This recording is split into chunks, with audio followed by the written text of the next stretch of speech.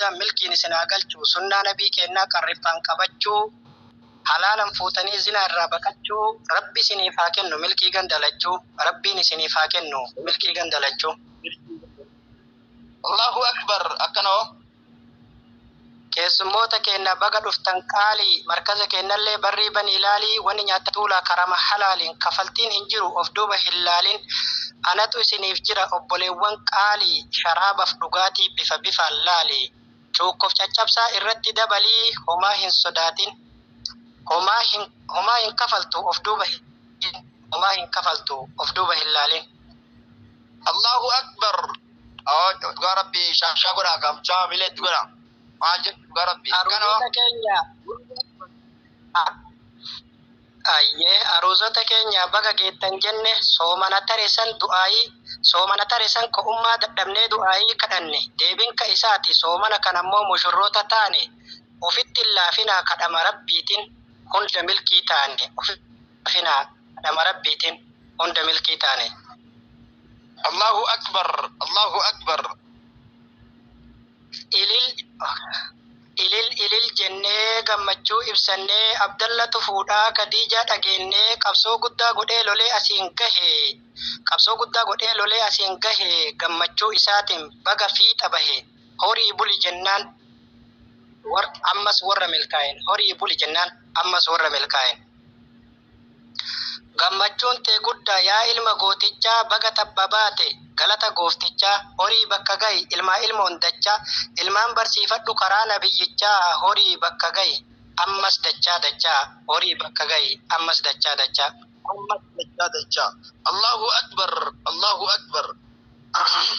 Bultii horachuun kun wanta laayyoo miti jabeessii qabadhu amaanaa nabiiti isii gadin qabin bultiin teessimiiti karaa khayrii gorsi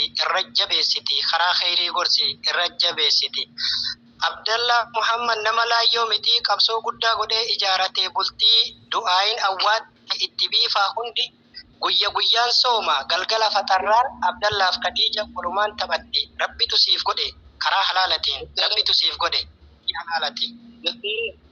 Akkan. Allahu akbar. Ayyee. Jabaadhu ammallee karaan dheera hafee qabsoo keellaaf isin jabeeffadhu lafee barnootatti cimi wal gowwoomsuun hafe bultii ijaaratte mee maaltu siif hafe. Allahu akbar.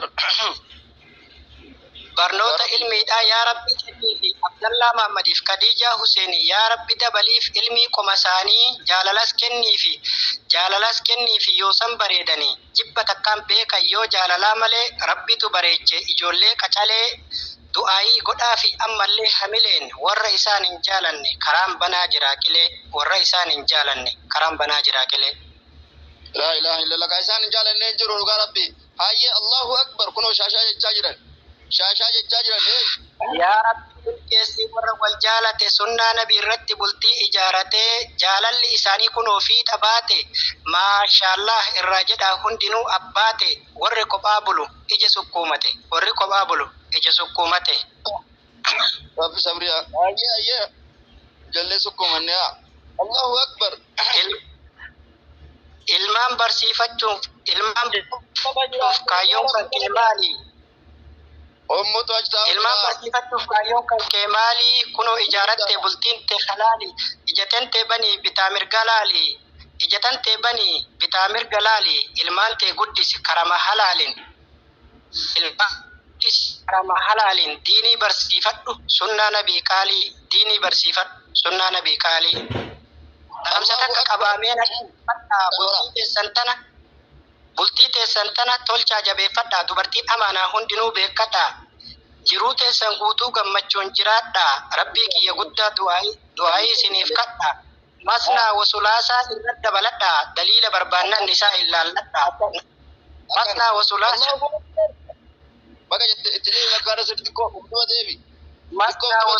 irratti dabaladhaa daliila barbaannan isaa ilaalladhaa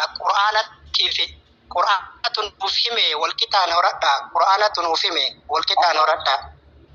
Akkana dhugaa rabbi inshallah. Allahu akbar. Angana yoo jedhe asitti dhaabbadhaa hangana yoo jedhe asitti dhaabbadhaa soomana kanallee du'aayii nuuf kadhaa nama hedduu kutee takka of yaadadhaa. Assalaamu alaikum nagahan jiraadhaa. Assalaamu alaikum nagahan jiraadhaa.